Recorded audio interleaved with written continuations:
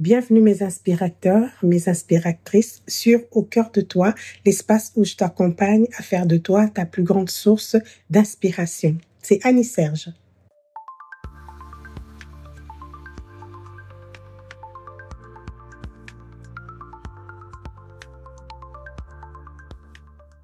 T'es-tu déjà demandé si tu es victime ou protagoniste actif de ta vie? En fait, il nous arrive d'être victime de notre vie. Quand il nous arrive quelque chose, c'est à cause d'une personne, c'est à cause de telle personne, c'est à cause de telle situation. On trouve toujours des excuses, toujours à cause de l'autre, mais jamais nous. Bien sûr qu'il peut nous arriver une souffrance ou une situation à cause d'une personne, mais nous avons le pouvoir de pouvoir travailler, à évoluer malgré cet obstacle qui se présente devant nous. Alors, parfois, on est victime et ça fait que nous puissions tourner en rond. Et pourtant, nous avons la possibilité d'avoir la posture de protagoniste actif.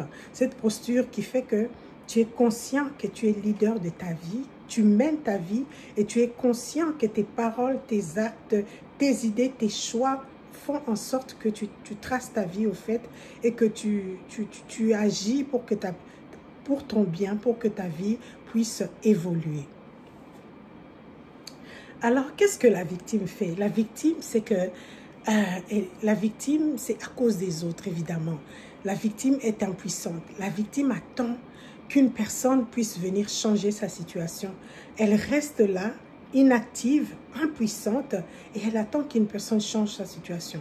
Je donnerai l'exemple, mais il n'y a pas que ça, d'une personne qui veut que sa vie évolue.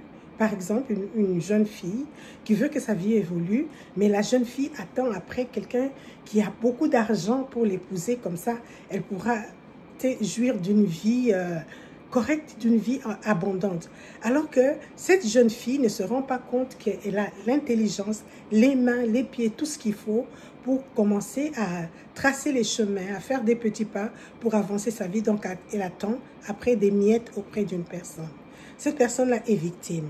Elle est victime, ça c'est la victime au sens large. Elle est victime et elle attend que quelqu'un d'autre vienne changer sa vie. Alors la victime est là dans le pourquoi moi, pourquoi ça m'arrive, pourquoi seulement à moi. Elle reste là et le fait de rester dans le pourquoi moi fait en sorte qu'elle tourne en rond et fait en sorte qu'elle n'arrive pas à trouver de solution à sa situation parce qu'elle est bornée dans cette idée de pourquoi moi. Elle est bornée dans... En fait, elle transfère tout son pouvoir sur le pourquoi moi et ça la démobilise. Ça lui enlève son énergie créatrice qui pouvait lui permettre de pouvoir évoluer, avancer et pouvoir transformer sa vie.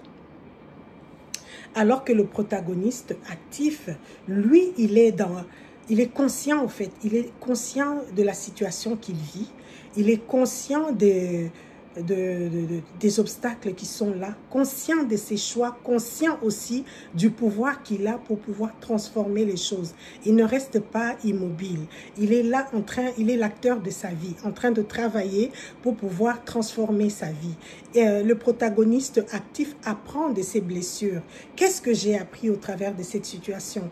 Quelle force j'ai pu développer au travers de cette situation? Et quelle force j'ai encore besoin de développer pour pouvoir m'améliorer? Donc, le protagoniste actif n'est pas dans le pourquoi moi, il est dans le comment faire.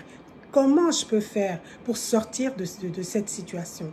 Alors, comment on peut faire pour quitter la situation de la victime au protagoniste actif?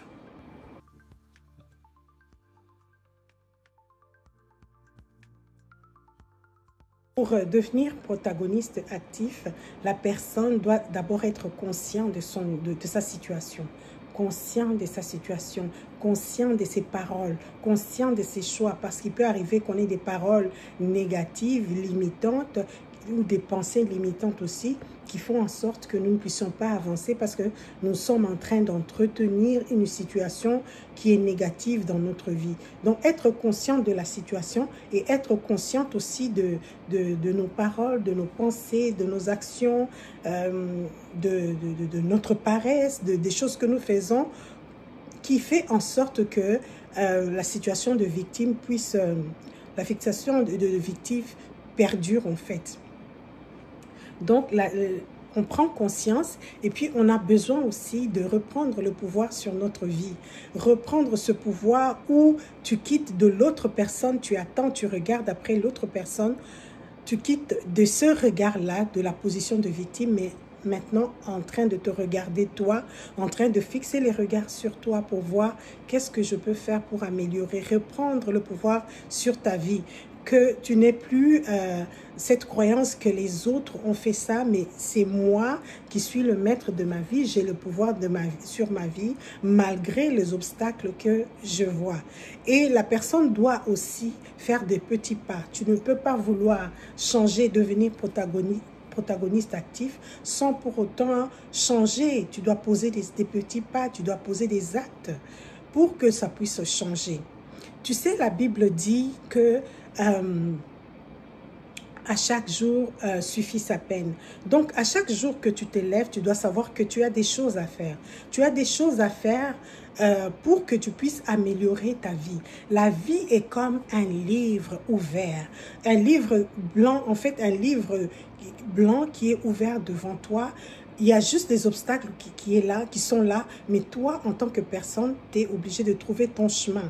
Tu es appelé, pas obligé, mais appelé à trouver ton chemin pour que tu puisses te retrouver, pour que tu puisses retrouver le pouvoir sur ta vie et changer des choses. C'est un livre ouvert, ça dépend de comment tu vas fonctionner, ça dépend de comment tu vas faire. Est-ce que tu vas rester à regarder les obstacles? Est-ce que tu vas rester à te plaindre, ou tu vas vouloir dépasser ces obstacles pour que tu puisses trouver ton chemin.